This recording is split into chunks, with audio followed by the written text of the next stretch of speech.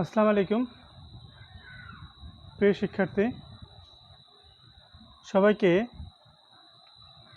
Sarada Sundari online স্কুলের পক্ষ থেকে জানাই আন্তরিক শুভেচ্ছা ও অভিনন্দন। প্রিয় শিক্ষার্থী, আজকে আমি তোমাদের সামনে হাজির হয়েছি অষ্টম, নবম, দশম শ্রেণীর জ্যামিতি অংশ নেই। জ্যামিতি অংশের আজকে আমি তোমাদের সামনে আলোচনা করব বৃত্ত সংক্রান্ত উপপাদ্য। অষ্টম শ্রেণীর উপপাদ্য হচ্ছিল 1, আর নবম এবং দশম শ্রেণীর উপপাদ্য হচ্ছিল 17। তা আমি আজকে তোমাদের শেখাবো যে কিভাবে জ্যামিতি নোট করে পড়তে হয়। প্রত্যেকটা জ্যামিতি যদি আমরা নোট করে পড়ি, পরীক্ষায় কিভাবে লিখব আর বাসায় কিভাবে পড়ব, কিভাবে বুঝতে হবে, কিভাবে লিখতে হবে, তা নিয়ে তোমাদের বৃত্ত সংক্রান্ত উপপাদ্যের প্রথমটা নিয়ে আমি তোমাদের সামনে হাজির হয়েছি। তা তোমরা যে যেখানে আসো আমার সাথে লাইভ ক্লাসে যোগদান করো। যদি লাইভ ক্লাসে যোগদান করতে না পারো তো পরে তোমরা অবশ্যই ভিডিওটি দেখবে এবং বুঝবে। আর আমি এই ভিডিওর উপরে, অর্থাৎ এই থিওরেমের উপরে আমি কিছু বাসার HW দেব। তোমরা সেটা অবশ্য করে আমার কমেন্টে তোমরা ওই HWটা পাঠিয়ে দিলে আমি বুঝবো যে অবশ্যই তোমরা এই উপপাদ্যটা বুঝতে পারছো। তো ঠিক আছে, আমাদের প্রথম উপপাদ্য হচ্ছে যে ক্লাস 8 এবং 9 এবং 10 প্রথম উপপাদ্য বৃত্ত সংক্রান্ত, অর্থাৎ 9 এবং 10-এর হচ্ছিল 17 আর 8-এর হচ্ছিল প্রথম উপপাদ্যটা। তো এখানে আমরা লিখে রাখছি যে উপপাদ্য 1 এবং 17, বৃত্তের কেন্দ্র ও ব্যাস ভিন্ন কোনো জ্যায়ের মধ্যবিন্দু সংযোজক রেখাংশ ওই জ্যায়ের উপর লম্ব। ওই জ্যায়ের উপর লম্ব, এটা আমাদের প্রমাণ করতে হবে। তো এখানে বিশেষ নির্বাচন এখানে আমরা লিখছি, আর এখানে আমরা 4টা চিত্র আঁকছি। এখন প্রশ্ন হতে পারে, স্যার 4টা চিত্র কেন? তো চিত্রর বিষয়টা হচ্ছিল কি, এই সম্পর্কে 2-4টি কথা বলতে চাই। সেটা হচ্ছিল কি যে আমরা আমাদের প্রায় স্টুডেন্টদের জ্যামিতি অংশে অনেক সমস্যা থাকে। তো জ্যামিতি অংশে দেখা গেছে যে অনেক জ্যামিতিতে অঙ্কন আমাদের লাগে। তা মূল একটা চিত্র থাকে, আমাদের বইতে থিওরেমে একটা চিত্র থাকে, সেই চিত্র থেকে অনেক সময় বোঝা যায় না যে এখানে অঙ্কন অংশ লাগছে। তো এখন আমি তোমাদের, এইটা হচ্ছিল আমাদের মূল চিত্রটা, এটা পরীক্ষায় আঁকতে হবে, এটা দিয়ে আমাদের প্রমাণ করতে হবে। কিন্তু তারপরেও আমরা তার এই চিত্রের আগে আমরা আরও 3টা চিত্র আঁকছি। তো এখানে আমরা লিখছি যে বিশেষ নির্বাচন মনে করি যে ও কেন্দ্র বিশিষ্ট বৃত্তে AB একটি জ্যা। তো AB একটি জ্যা, এখানে একটা প্রশ্ন থাকে যে স্যার জ্যা কি? তারপর হচ্ছিল কি যে ব্যাস কেন্দ্র ও ব্যাস ভিন্ন জ্যা। তো এখানে প্রশ্ন হয় যে ব্যাস কি, জ্যা কি, এটা আমরা একটু দেখব। এখানে হচ্ছে আমরা একটা সার্কেল আঁকছি, ও কেন্দ্র বিশিষ্ট একটা বৃত্ত, যেই বৃত্তের ও থেকে পরিধি পর্যন্ত একটা বিন্দুর দূরত্বকে আমরা যদি we know from definition of circle, যে আমরা বৃত্তের সংজ্ঞা থেকে জানি যে একটা স্থির বিন্দুকে কেন্দ্র করে আর একটা চলমান বিন্দু চারদিকে সঞ্চার করলে, চারদিকে ঘোরাইলে যে আবদ্ধ ক্ষেত্রটা তৈরি হয় সেটাকে আমরা বৃত্ত বলি। তো এটা হচ্ছিল fixed point, it is called centre of the circle. এই ওটা হচ্ছিল কি অরিজিন, এটা হচ্ছিল কি কেন্দ্র। এই ও থেকে এ পর্যন্ত যে দূরত্বটা, এটাকে আমরা বলি ব্যাসার্ধ, দ্যাট ইজ রেডিয়াস। তো এখানে আমরা লিখে রাখছি ওয়ে হচ্ছিল আর, যেটাকে ব্যাসার্ধ বলে, আর এবি হচ্ছিল আমাদের ব্যাস, সিডি হচ্ছিল আমাদের জ্যা। তো ব্যাস কি এবং ব্যাসার্ধ কি? আসলে সব ব্যাসই কিন্তু ব্যাসার্ধ, সব ব্যাসই কিন্তু জ্যা, কিন্তু সব জ্যাই কিন্তু আমাদের ব্যাস না। তো এই যে একটা কথা, এই কথার ভিতরে পার্থক্যটা আমাদের বুঝতে হবে। কারণ আমরা জানি যে ব্যাস হচ্ছিল সবচেয়ে বড় জ্যা। একটা জ্যা যদি সর্বোচ্চ এখান থেকে আস্তে আস্তে বাড়তে বাড়তে যখন নাকি এটা একটা কন্ডিশন মানবে, যে কন্ডিশনটা হচ্ছিল কি, যেটা নাকি যে পাসেস থ্রু দ্য অরিজিন, অর্থাৎ যেটা নাকি কেন্দ্র দিয়ে যাবে সেটাকে আমরা ব্যাস বলবো। অর্থাৎ একটা বৃত্তের সর্বোচ্চ সবচেয়ে বড় যেটা সেটার নামই হচ্ছিল, একটা স্পেশাল নাম আছে, সেটা হচ্ছিল কি ব্যাস। তাহলে যেটা বড় হইতে হইতে কি হবে, আমাদের যখন নাকি ও দিয়ে ঢুকবে তখন সেটাকে আমরা ব্যাস বলবো। আবার ব্যাসের পরে আবার আস্তে আস্তে এটা আবার ছোট হবে। সুতরাং যে সকল জ্যা নাকি ব্যাস কেন্দ্র দিয়ে ঢুকবে সেটাকে আমরা বলবো হলো ব্যাস। ঠিক আছে? তো এখন আমাদের এই যেখানে সিডি হচ্ছিল একটা জ্যা, সেটা কিন্তু কেন্দ্রগামী নয়, আর এখানে এবি হচ্ছিল কি একটা ব্যাস, যেটা কিন্তু ও দিয়ে ঢুকছে, এটা কিন্তু ও বিন্দু দিয়ে গেছে, এই যেখানে ও বিন্দু, তো ও বিন্দু দিয়ে গেছে। সুতরাং এই যেটাকে আমরা ব্যাস বলবো। আমরা জানি সবাই যে ব্যাসের অর্ধেক হচ্ছিল ব্যাসার্ধ, যেটাকে 8 দ্বারা আমরা ডিফাইন করি, 8 দ্বারা আমরা ডিনোট করি। সুতরাং এখন আর এই চারদিকে যে অংশটা থাকে সেটা হলো পরিধি। তা এই সংক্রান্ত আমরা চিনলাম, বুঝলাম। এখন আমরা মূল উপপাদ্যে চলে আসি। তো এখানে আমরা যে কথাগুলো বলছে যে এবি একটি জ্যা, ব্যাস নয়। এবি একটি জ্যা, আমি তোমাদের ব্যাস এবং জ্যা চিনাইলাম। এখানে এবি একটি ব্যাস, জ্যা নয়। এবি একটি জ্যা, এটা কিন্তু ব্যাস না, কারণ অবশ্যই না হলে আমাদের কি দিয়ে যাইতো, আমাদের কিন্তু ওই অরিজিন দিয়ে যাইতো। এরপরে এবি এর উপর মধ্যবিন্দু, তাহলে এবি এর মধ্যবিন্দু হচ্ছিল এম, এই যে হচ্ছিল এম। ঠিক আছে? তারপর হচ্ছিল কি, আমরা ও এম যোগ করি। এবার আমাদের প্রমাণ করতে হবে যে ও এম লম্ব হচ্ছিল এবি। আমাদের লম্ব চিহ্ন হচ্ছিল এইভাবে, ও এম কার উপর লম্ব, যার উপর লম্ব হবে সেটা হবে পরে। তো এখানে প্রিয় শিক্ষার্থী, আমি যে কথাটা বলতে চাচ্ছি যে এই যে অকেন্দ্র বিশিষ্ট একটা বৃত্ত, আমরা যেভাবে স্টেপ বাই স্টেপ বলি আমি তোমাদের, যে অকেন্দ্র বিশিষ্ট একটা বৃত্ত, তারপরের সার্কেলটা দ্বারা বোঝা আছে অকেন্দ্র বিশিষ্ট একটা বৃত্তে এবি জ্যা, এবি জ্যা, এবং এবি জ্যা এর মধ্যবিন্দু হচ্ছিল কত, এম। পরবর্তী সার্কেলে আমরা দেখতেছি যে ও আর হচ্ছিল এম আমরা যোগ করলাম। দেন আমাদের বিশেষ নির্বাচনে, আমাদের সাধারণ নির্বাচনে যে কথাটুকু বলছে এই কথাটুকু হয়ে গেছে। Then we have to prove that, আমাদের প্রমাণ করতে হবে যে ও এম লম্ব কত, এবি। আমাদের প্রমাণ করতে হবে যে ও এমটা এবির ওপর লম্ব। তা ঠিক আছে, ও এমটা এবির ওপর যখন লম্ব হবে তখন আমরা কিভাবে এই প্রমাণটা করি আমরা দেখো। তা আমরা এই অংশটা মুছে দেই, যে ও এমটা এবির ওপর লম্ব। আচ্ছা, তা ও এমটা যদি এবির উপর লম্ব হয়, দেখো আমি এখানে একজন লোক আঁকলাম, একজন ব্যক্তি দাঁড়ায় আছে। এই চিত্রে আর একজন ব্যক্তি দাঁড়ায় আছে।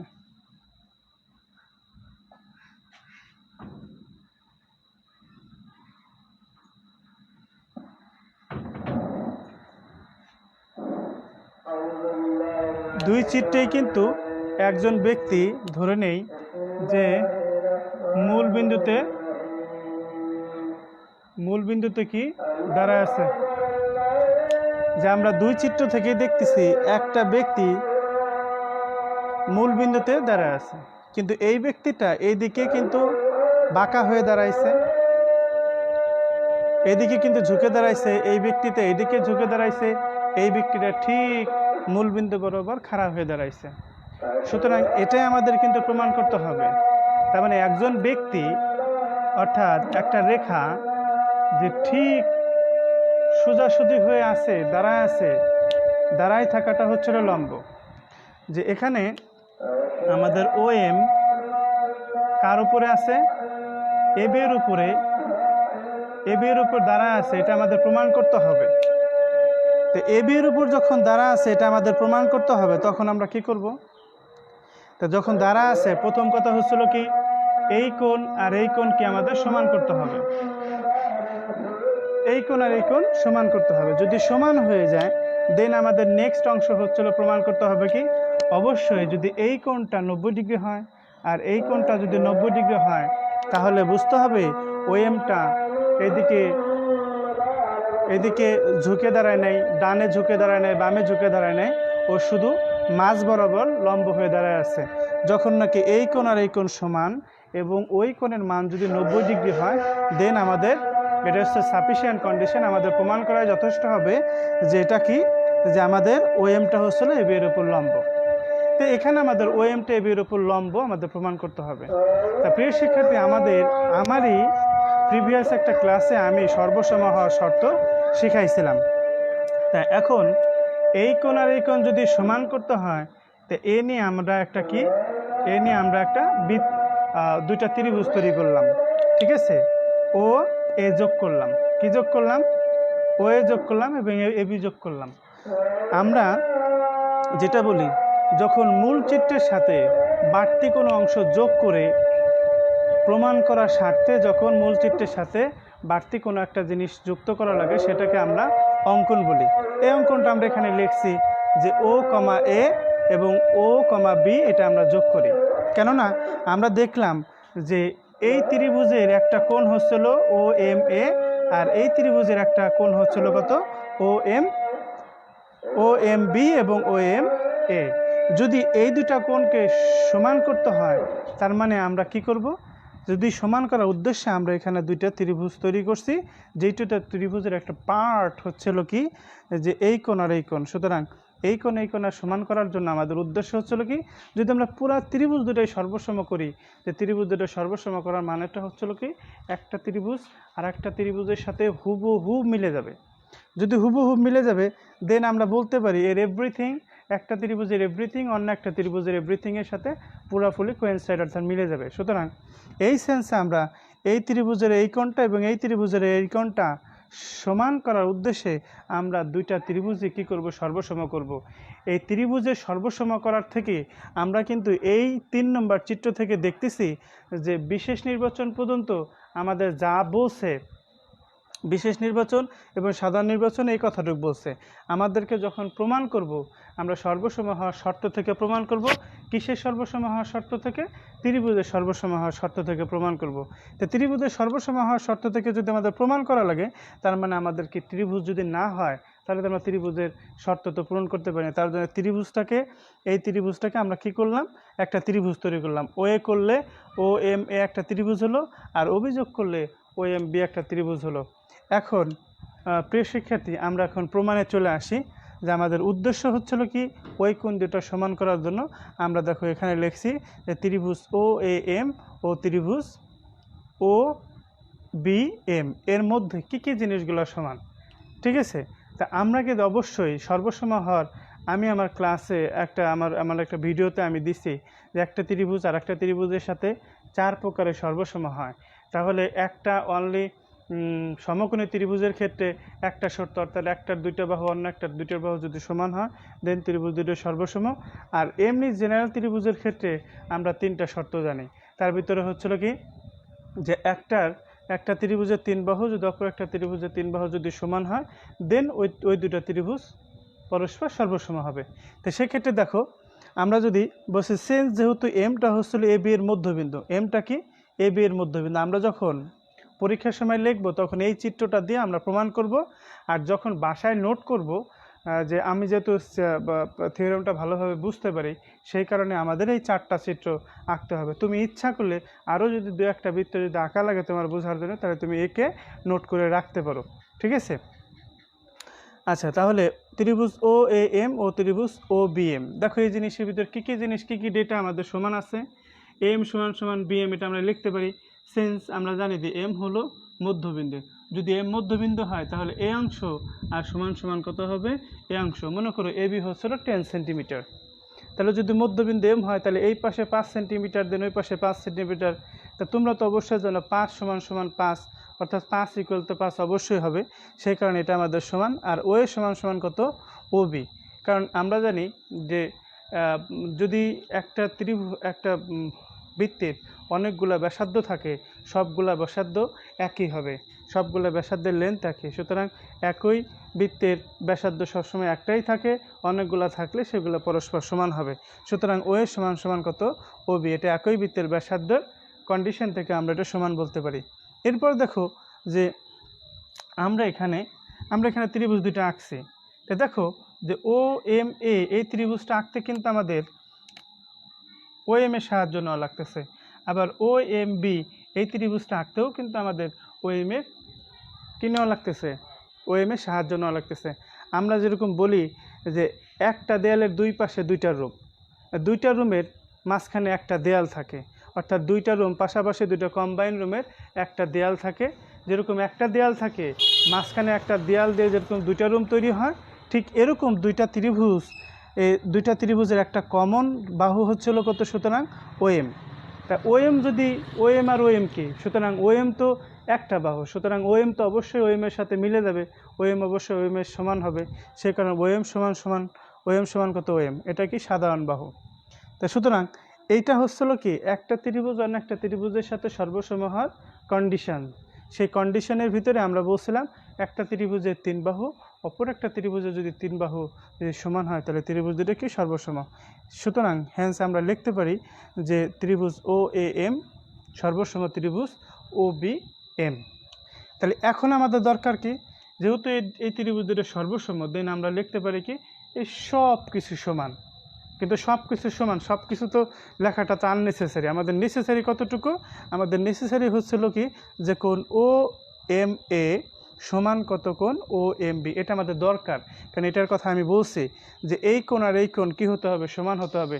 লোকটা যে মাঝ বরাবর দাঁড়ায় আছে তার জন্য আমার এই কোণ আর এই কোণ, অর্থাৎ এই কোণ আর এই কোণ সমান করতে হবে, এবং সমান লিখছি। প্রিয় শিক্ষার্থী, এই অংশটুকু তোমাদের বইতে লেখা নেই, আমি এটুকু নিজের থেকেই লিখে দিছি। আমি এই প্রমাণটা এভাবেই করি, ঠিক আছে। এখন from the figure we know যে এ এম বি এটা একটা সরলরেখা, তাহলে এই সরলরেখার একটা এম বিন্দুতে অবশ্যই একটা সরলকোণ তৈরি হবে। আমরা জানি একটা সরলকোণের মেজারমেন্ট হচ্ছিল 180 ডিগ্রি, অর্থাৎ 180 ডিগ্রি দুই সমকোণ। তার মানে এখানে লিখতে পারি কোণ এ এম বি ইকুয়াল কত 180 ডিগ্রি। আবার এ এম বি আবার দুইটা কোণে বিভক্ত হয়েছে, কয়টা কোণে, আমরা এ এম বি দেখলাম এখানে চিত্র থেকে দেখলাম, অথবা এখান থেকে দেখতে পারো যে এ এম বি হচ্ছিল কত, দুইটা কোণ। একটা কোণ হচ্ছিল এই কোণ, যার কোণ আমরা লিখতে পারি ও এম এ প্লাস কোণ ও এম বি, এই দুইটা মিলে কত হবে, দুইটা মিলে 180 হবে। তা আমরা এখানে একটা নাম্বার দিছি, ইকুয়েশন নাম্বার 1। তো ইকুয়েশন নাম্বার 1-এ কি যে বা এটাতে লিখলাম আমরা যে কোনো একজনের মান বের করতে চাচ্ছি, সুতরাং ও এম বি এর জায়গায় আমি ও এম এ লিখছি। তাহলে বাম পাশে এ একটা কোণ এ একটা কোণ, দুইটা জিনিস একটাই, তার মানে এখানে কত ও এম এ দুইটা, কয়টা হলো, এটা যোগ এটা দুইটা হয়, সুতরাং 2 ও এম এ হয়। এবার 2 এখানে যা ভাগ হলে ও এম কোণ ও এম এ সমান কত 90 ডিগ্রি হয়। তাহলে ও এম এ সমান যদি 90 ডিগ্রি হয়, তার মানে এই কোণ সমান যেহেতু আমরা ও এম এ হচ্ছে 90 degree R O M A সমান হচ্ছিল আর একজন ও এম বি, সুতরাং ও এম এ যদি 90 ডিগ্রি হয় তাহলে ও এম বি হবে হচ্ছিল 90 ডিগ্রি। সুতরাং প্রথম আমরা দেখাইলাম যে কোণ দুইটা সমান, তারপরে আমরা দেখালাম যে কোণ দুটার মান মেজারমেন্ট হচ্ছিল কি 90 ডিগ্রি। তা কোণ দুটার মেজারমেন্ট যদি 90 ডিগ্রি, কোণ দুটো যদি পরস্পর সমান হয়, তার মানে মাঝখানে যে লোকটা অথবা মাঝখানে যে বাহুটা ওএমটা সে বাঁকা এবং তেরা নেই, সে কোনো দিকে ঝুঁকে নেই, সে অবশ্যই মাঝখানে ওই এম বিন্দুতে খাড়া হয়ে আছে। আর খাড়া হওয়ার বিষয়টা হচ্ছিল কি লম্ব হওয়া। সুতরাং ওএম লম্ব এবি, এই কথা আমরা বলতে পারি এবং আমাদের স্বীকার করতে হবে। সুতরাং the given theorem is proofed. এই কথা দ্বারা আমরা বুঝাইতেছি যে প্রদত্ত আমাদের উপপাদ্যটা প্রমাণিত। তা প্রিয় শিক্ষার্থী, যারা এই ক্লাসটা বুঝছো, এখানে যদি কোনো তোমাদের অসুবিধা থেকে থাকে, কোথাও যদি ডিফিকাল্ট মনে হয়, যদি কোথাও যদি বুঝতে অসুবিধা হয়, তোমরা আমাকে কমেন্টে জানাই দেবা। আর ক্লাস 9 এবং 10-এর জন্য যারা আমার ক্লাসটা দেখছো তাদের জন্য তোমাদের কাজ হচ্ছিল 17-র বিপরীত উপপাদ্য। 17-র বিপরীত উপপাদ্যটা তোমরা আমাকে প্রমাণ করে দেখাবা যে 17-র বিপরীত উপপাদ্যটা হচ্ছিল কি এই উপপাদ্যের বিপরীত, অর্থাৎ এই উপপাদ্য যে কথাটা বলছে তার বিপরীত কথা দিয়ে ওটা প্রমাণ করতে হবে, ঠিক আছে। এখানে যে শর্ত দিয়ে আমরা 17টা প্রমাণ করছি, ওইখানে ওই শর্তের ভিত্তিতে না, মানে অন্য শর্তটা দেওয়া থাকবে, তোমার এই শর্তটা প্রমাণ করতে হবে। সুতরাং তোমাদের এই 17-র বিপরীত উপপাদ্য তোমাদের কাজ থাকলো। এরপরে সে অংশটা তো করবাই, অবশ্যই। আর 18 এবং 19 এই দুটো তোমাদের বাসায় পড়া থাকলো, তোমরা অবশ্যই এই দুটো ভালোভাবে কমপ্লিট করবা। আমি 17 তো দেখাবো, তারপর 18ও দেখাবো। যদি তোমাদের সমস্যা হয় আমাকে অবশ্যই জানাবা। আর যারা অষ্টম শ্রেণীর স্টুডেন্ট আছো, যারা আমার ক্লাসটা দেখছো, তাদের জন্য HW হচ্ছিল কি, তাদের জন্য HW হচ্ছে যে ঠিক এইভাবেই এর বিপরীত উপপাদ্যটা প্রমাণ করবা। আর সাথে থাকবে তোমাদের উপপাদ্য 2 এবং উপপাদ্য 2, 3, 4, উপপাদ্য 2, 3, 4, অর্থাৎ ক্লাস 8 যারা আছো, ক্লাস 8-এর স্টুডেন্ট উপপাদ্য 2, 3, 4 থাকবে। আর নবম অথবা দশম শ্রেণীর স্টুডেন্টে থাকবে 17-র বিপরীত উপপাদ্য, বিপরীত। আর হচ্ছিল কি 18 + 19 থাকবে। তো যারা ক্লাসটা দেখছো তারা অবশ্যই HW বাসায় করবে। HW করে তোমরা অবশ্যই আমার কমেন্টে জানাই দেবা। আর যদি কোনো সমস্যা থাকে সেক্ষেত্রে প্রশ্ন করবা, আমি অবশ্যই তোমাদের মেসেজের মাধ্যমে অথবা এই কমেন্টে জানাই দেবো যে এটা এইভাবে হয়েছে, ঠিক আছে? অথবা আমি নতুন একটা ভিডিও করব। তা প্রিয় শিক্ষার্থী, সামনে সবার পরীক্ষা চলে আসবে। পরীক্ষা অবশ্যই আশা করতেছি যে পাবলিক পরীক্ষা হবে। পাবলিক পরীক্ষা তো না হওয়ার সুযোগ নেই। তা যারা অবশ্যই ক্লাস 8 এবং 10-এ আছো তারা বাসায় ভালোভাবে পড়ালেখা করো। সবাই সুস্থ থাকো, ভালো থাকো।